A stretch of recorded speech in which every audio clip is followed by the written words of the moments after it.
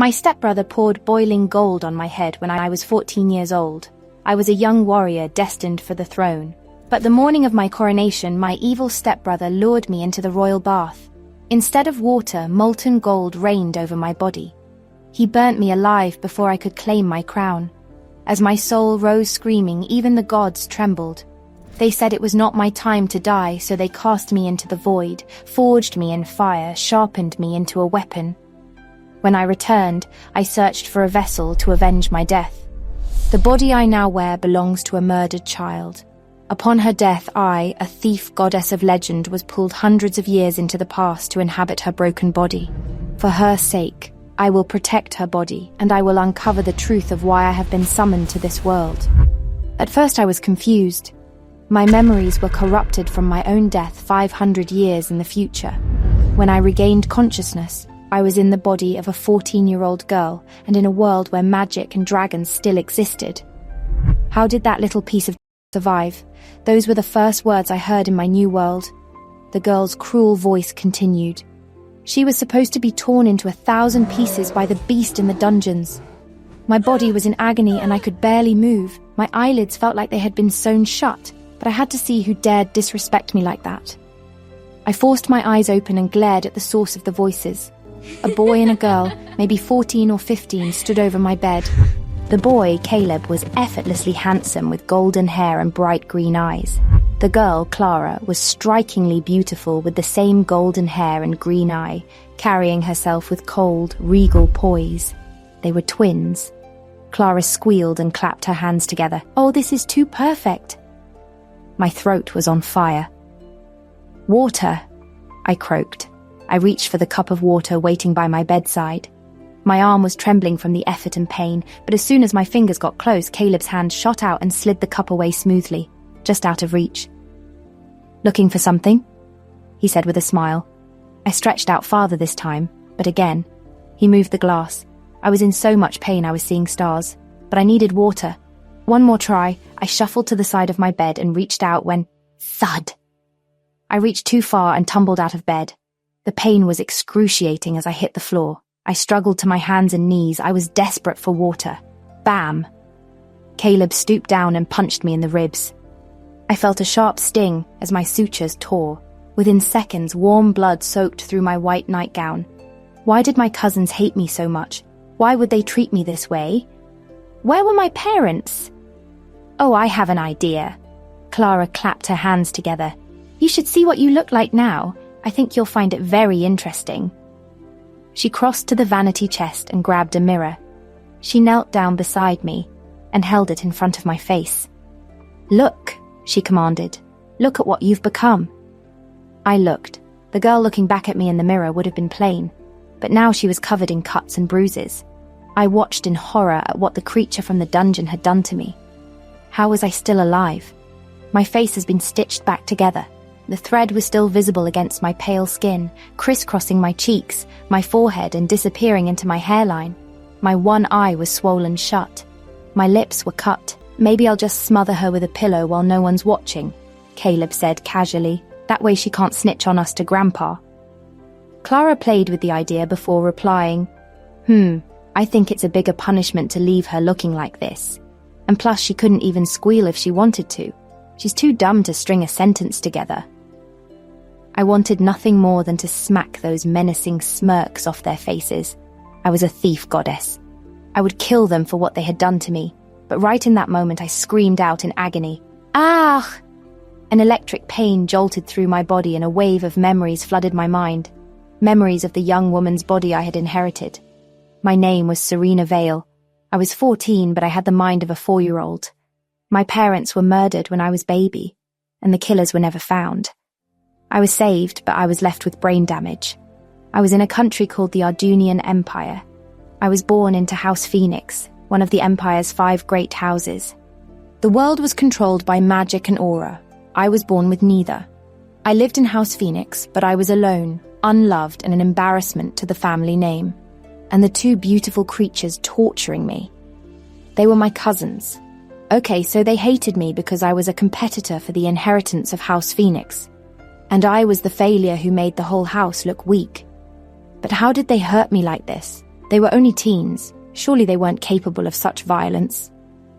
I shuddered as another rush of memories flooded my mind. Memories from just 3 days when they had tried to kill me. It only came in flashes. My brain could not handle the truth yet. "We have a surprise for you, Serena. Follow us." They had found me in the palace gardens picking flowers like a child. They smiled at me and I trusted them. Then I was being dragged down to the dungeons. I didn't know what was happening, but I was crying. They shoved me into the forbidden section and locked the door behind me. I heard their shrieks of laughter as they left me. I remember being scared and alone, and then red eyes, followed by teeth, claws, and then blood and pain, so much blood. What had attacked me down in the dungeon and how had I survived? It didn't make sense. I tried hard to remember, but I was rudely interrupted. Whack! A slap cracked across my cheek to bring me back to the present. I was still lying on the floor, bleeding. "Wake up, trash, you can't die yet, not before your trial," Clara hissed. What were they talking about? What trial? I was genuinely confused. I had been attacked by a wild beast. Why was I the one in trouble? "You'll have to explain it to her," Caleb said, rolling his eyes. Clara knelt down again, carefully avoiding the blood on the floor. She spoke slowly, enunciating each word like she was talking to a very small, very stupid child. "You're accused of breaking into the forbidden dungeons. I've never seen Grandpa so mad. If you're found guilty, you'll hang. They'll put a rope around your neck and drop you from the palace walls, and everyone in the city will watch." She draws a finger across her throat slowly, and everyone will cheer. My heart started racing. I was in big, big trouble. The twins left, their laughter fading down the corridor. The door closed, and I was alone. I was going to be tried for a crime. And if I was found guilty, they were going to kill me. I felt the pain coursing through my body. I was too injured to run away. I was panicking. I can't tell them who I really am. I'd immediately be thrown into a mental asylum, and that would be even worse than death in this place. I had never felt so helpless in my life. I felt the tears well up behind my eyes. I couldn't remember the last time I had cried, but it seemed as good a time as any. There was no path left, no lie that could save me. And that's when I heard his voice. "Relax, you silly girl." So my heart dropped. "Where are you? Show yourself," I called out. The deep voice spoke again. I still couldn't see him. Was I going mad? "Who are you and what do you want?" I whispered. There was a pause, and then the voice sighed. "My name is Lucien, and I want to make a deal." I thought waking up in 500 years in the past in a young girl's body was the craziest thing that would ever happen to me. I was wrong. What happened next turned my world upside down. Again. "I'll call the guards," I threatened, but by his laugh he knew it was an empty threat.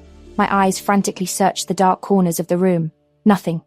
"Kid, you can stop looking. You're not going to find me." "Why can't I see you?" "Because I am not part of your physical realm. I am inside of you. And until now it has been boring. Thank God you're awake now. What the hell are you? Am I just going crazy?" "You're not crazy, Serena, but I need you to take a deep breath, because what I am may scare you. See, beings like me get a real bad rep."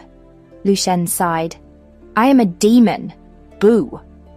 Cold sweat dripped from my forehead. Shit. There was a demon living inside of my head. This could not be good. It didn't matter which world or century I was in. A demon in your head was bad news. "Okay, you've had your grace period. Now let's get to business. I want to make a deal with you." I gathered my thoughts and tried to steady my voice. "What kind of deal?" "Help me return to the mortal realm, and in exchange I will break the seal that binds you. I'll give you back the power you were always meant to have." "Seal?" The more this thing talked, the less sense anything made. "Roll up your right sleeve." As if tattooed into her skin, 7 stars crept down her forearm. That's a 7 stars moon seal. It's locked all your power behind 7 layers. What power? The power your parents had. They were the most powerful couple in the kingdom. A warrior and a mage. They were destined to rule. My breath caught. My parents were murdered because they were too powerful. Lucien continued, "And you were supposed to die with them." His voice darkened. "But you survived. So they sealed your power instead using forbidden dark magic." I looked at the stars on my arm, pulsing like living things. "Help me escape," Lucien said softly. and I'll help you break those seals. I'll make you what you were always meant to be. A deal with a demon. That hardly sounded like a good idea, but what choice did I have? I looked at the 7 stars on my arm, and the blood soaking my nightgown. I thought about the trial tomorrow and the public square they'd hang me in. I had no power, no allies, no hope, except this demon. I agree to your terms, Lucien. We have a deal, I said, knowing my life would never be the same. Good night, princess, I shall see you soon. And just like that, the voice in my head was gone. Why had I been reincarnated in Serena Vale's body? What was my purpose in this world? What will happen at my trial tomorrow? The great hall of House Phoenix was packed with people. There were hundreds of them pressed together like sardines, all hoping to get a better look at me. I stood in the center of it all, chained to a wooden post. My white nightgown was still stained red with my own blood. My body was still weak. If I hadn't been chained up, I might have collapsed to the floor, splat. Something wet exploded on my shoulder. A rotten tomato. The crowd erupted in laughter. She's even ugly for a dumpster, a spectator called out. Then another tomato, and cabbage. Then even a turnip. Soon it would be a full salad. I wanted to scream at them. I wanted to tell them I was a thief goddess and that I had beaten death. But I couldn't.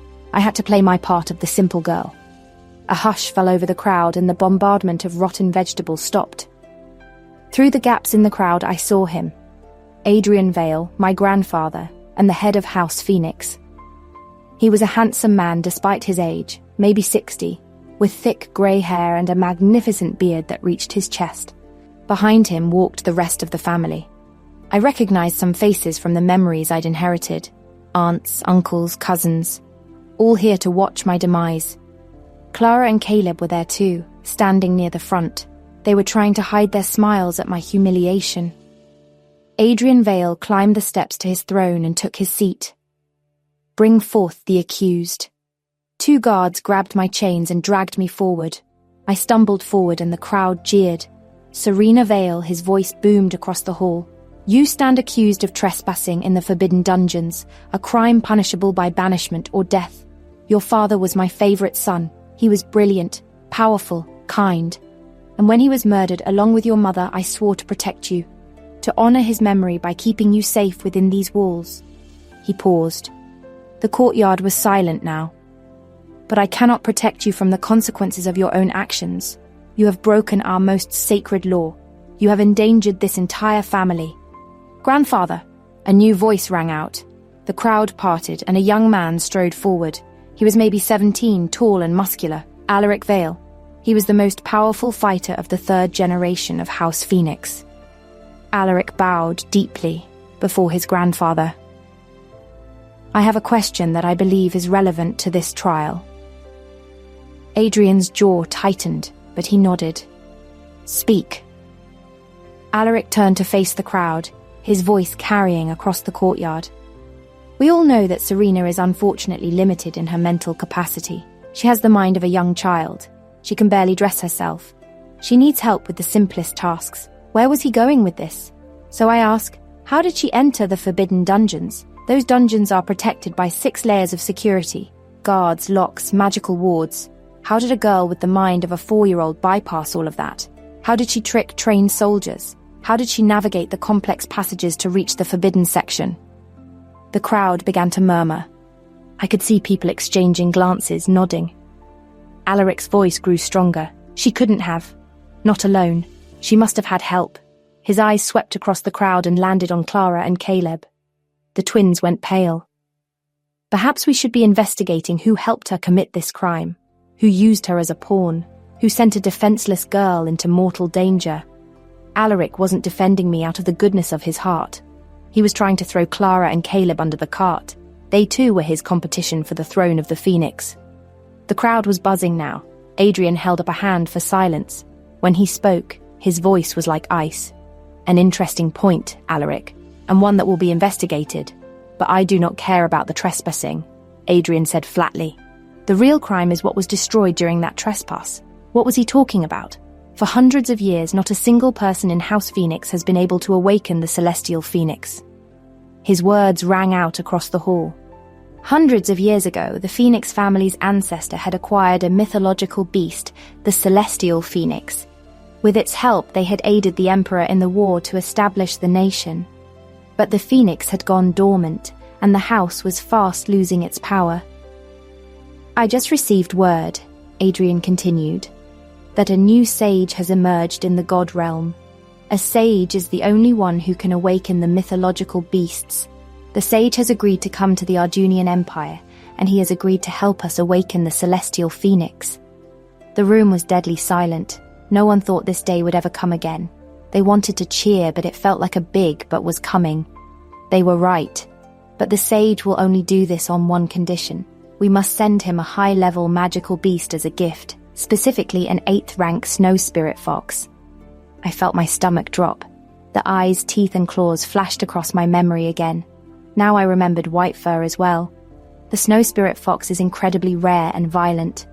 We lost 50 men in capturing one, a risk I deemed necessary to restore the honor of this house. Wasn't this good news? The crowd murmured, seemingly uncertain how to react. Adrian continued. The day the dungeon was broken into, the snow spirit fox was brutally killed, torn to pieces. Its body was found scattered across the forbidden section, and Serena Vale was the only person in that section. The only possible killer. The crowd gasped and then they began to roar. People were shouting for my blood. Some were calling for me to be skinned alive. Others wanted me burned. I wanted to scream that it wasn't me, that I didn't kill the fox, that I was attacked by something down there, something that should have killed me too. How was I supposed to kill a magical creature? But then I heard a yawn in my mind. Lucian was waking up, and it all made sense. I'm being accused of killing a snow spirit fox in the dungeon. What happened down there? I whispered. Good morning to you too, princess, he replied lazily. Tell me what happened or our deal is off, I insisted. Okay, no need to be so uppity this early in the morning, I admit. I did it. I killed that little mutt. I squished it under my foot and it felt like jelly between my toesies. How on earth was I supposed to explain that to an angry mob? Help me get out of here, Lucien. Don't worry, child.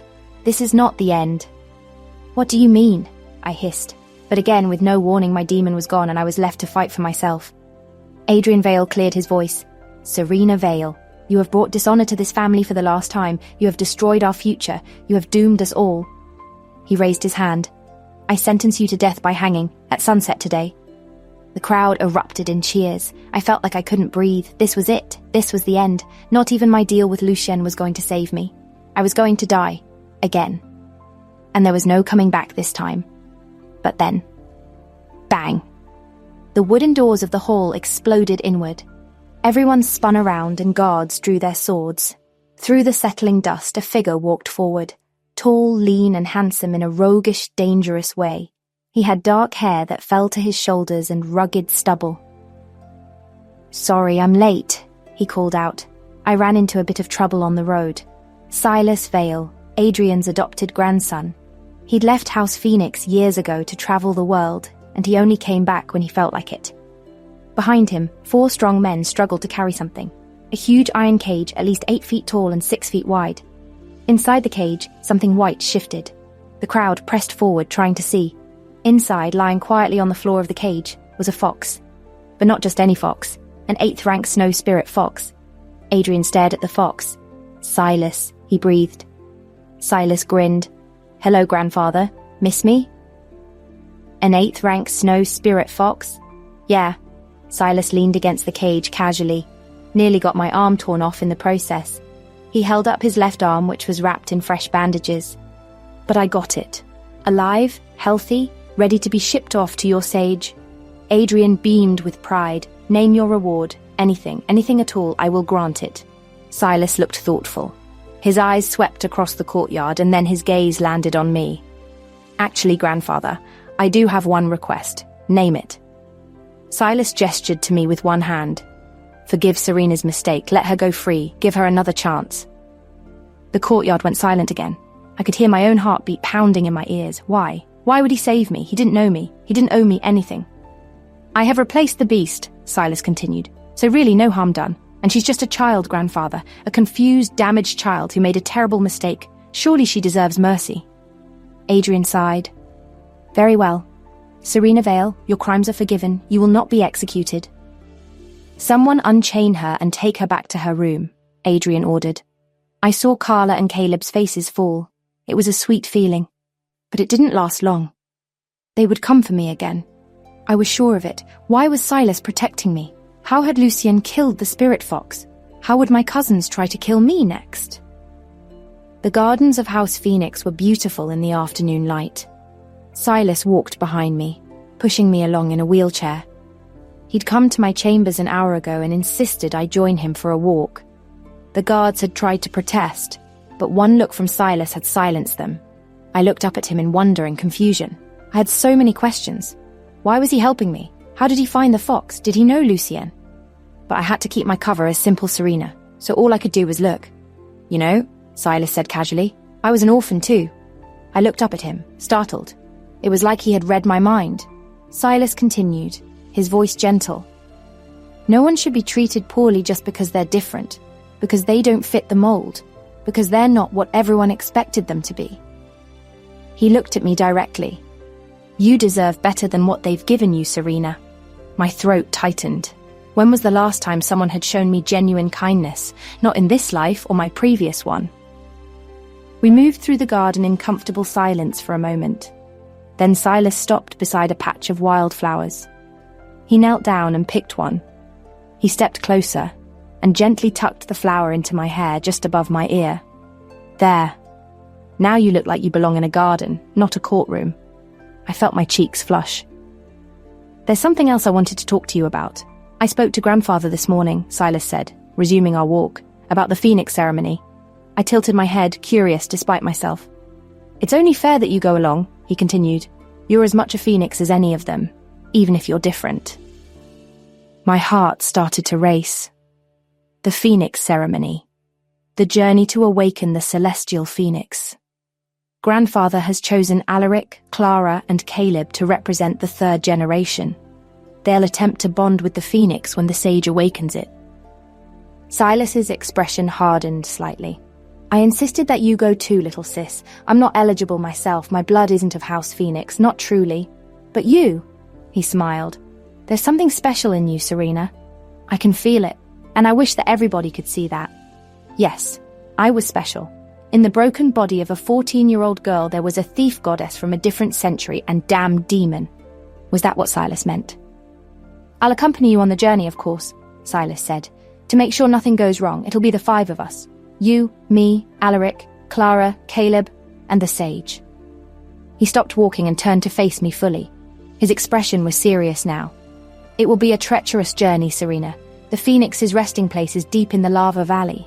There will be bandits, beasts, and worse. His eyes searched mine. But I know you'll be up to the task. Would I?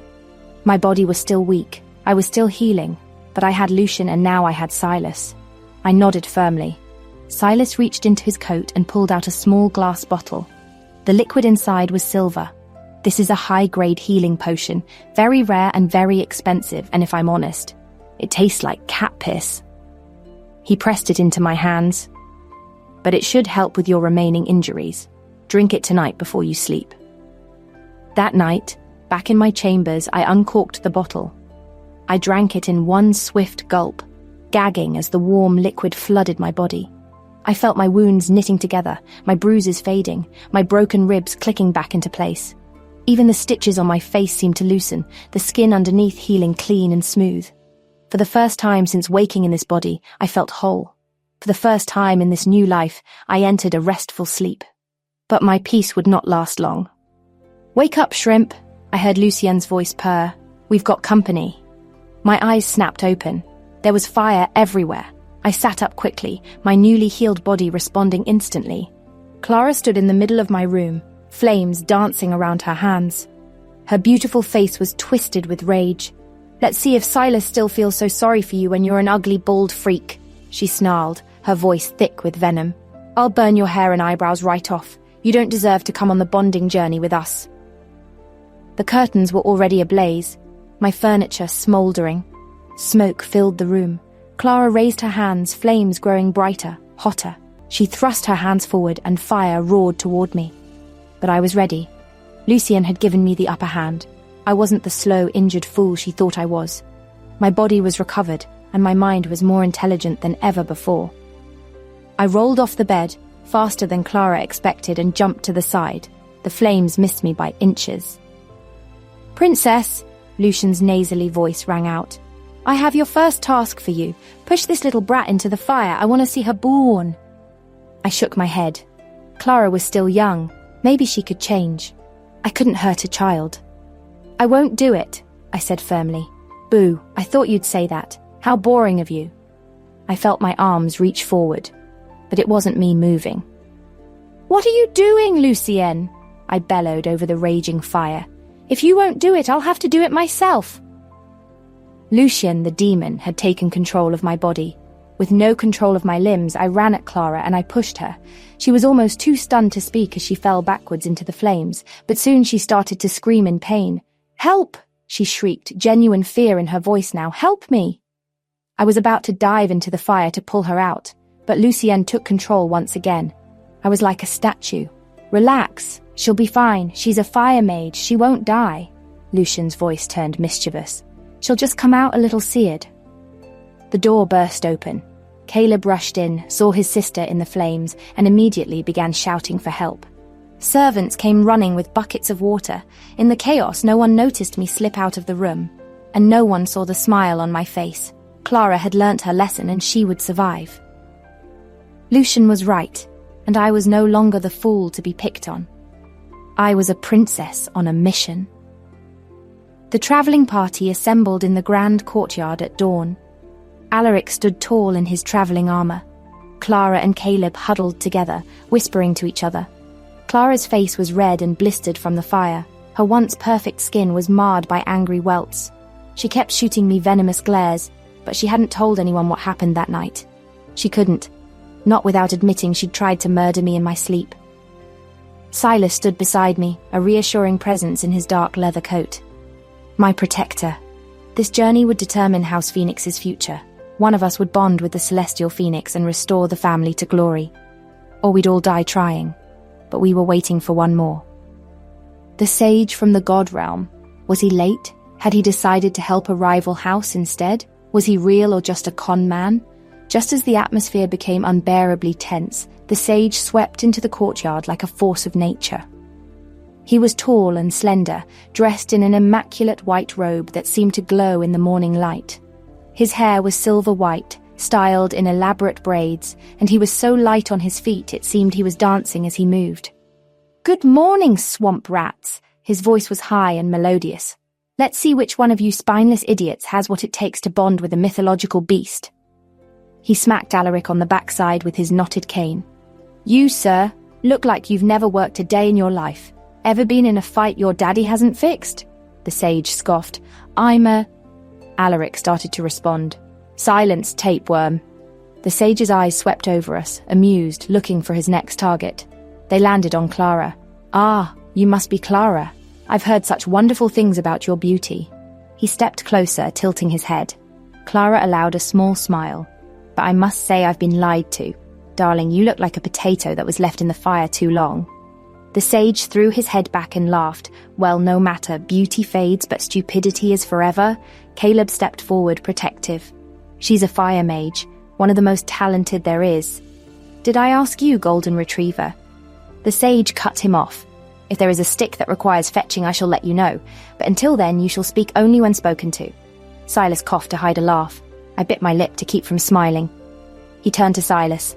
"Easy on the eyes, a powerful warrior and smart tactician. Let me guess. You're adopted." "Ha!" He revelled in his own wit. Finally, those sharp eyes landed on me. I kept my expression blank, my posture slouched. "The simple Serena." "Fascinating," he murmured. For a moment it felt like he was staring deep into my soul, like he could see the thief goddess from the future and the demon Lucienne hiding inside. But he relaxed and smiled. "The charity case. Well, at least you'll make excellent bait if we run into anything hungry. We leave immediately. I have places to be, empires to save, you understand?" The sage swept toward the gates leading out of the castle grounds. "Come along, swamp rats. Adventure awaits." The journey took 5 days. 5 days of scorching heat, ash-filled air, and landscape that grew more desolate with each passing mile. They called it Lava Valley. The legend said the celestial phoenix had scorched the earth here centuries ago, burning away everything in a fit of rage. The land had never recovered. House Phoenix has been sending candidates here for generations, Silas explained as we walked. He stayed close to me, offering me water frequently. Young mages, hopeful warriors, all trying to bond with the phoenix. Silas's expression darkened.